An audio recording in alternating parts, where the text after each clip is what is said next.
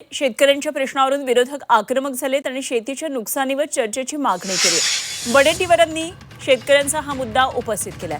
अवकाळी पावसाने शेतकरी सध्या संकटात असल्याचं वडेट्टीवारांनी म्हटलंय। तर केंद्र राज्य सरकारचं शेतकऱ्यांकडे दुर्लक्ष आहे आणि विधानसभा अध्यक्षांनी स्थगन प्रस्ताव नाकारला। सरकारला निवेदन देण्याचे आदेश दिले।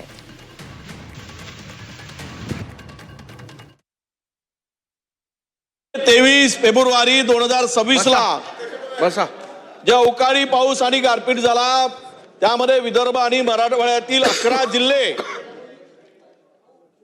या ठिकाणी बाधित झालेत। अध्यक्ष महोदय, यामध्ये रब्बी पिकाचं मोठ्या प्रमाणात नुकसान झालं।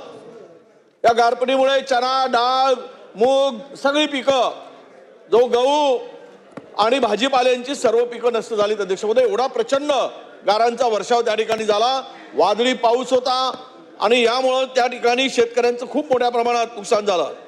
यामध्ये विदर्भातील चंद्रपूर, नागपूर, भंडारा, गोंदिया, यवतमाळ, गडचिरोली, सोलापूर, परभणी, हिंगोली, लातूर, नांदेड, धाराशिव या सगळ्या जिल्ह्यांचा यामध्ये समावेश आहे। आणि इतकं मोठं नुकसान झाल्यानंतर सरकारकडून अद्याप कुठली या संदर्भात याचं पंचनामे करावेत, त्याचे आदेश दिले गेले पाहिजेत आणि पंचनामे करून माहिती घेऊन तात्काळ खरं तर ही चर्चा होणे आवश्यक आहे।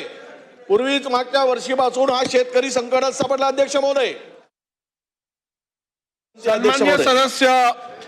सन्मान्य ज्येष्ठ सदस्य विजय वडेट्टीवार साहेबांनी आज जी माहिती सभागृहासमोर मांडलेली आहे ती गंभीर स्वरूपाची असल्यामुळे शासनाने या संदर्भात योग्य निवेदन करावे।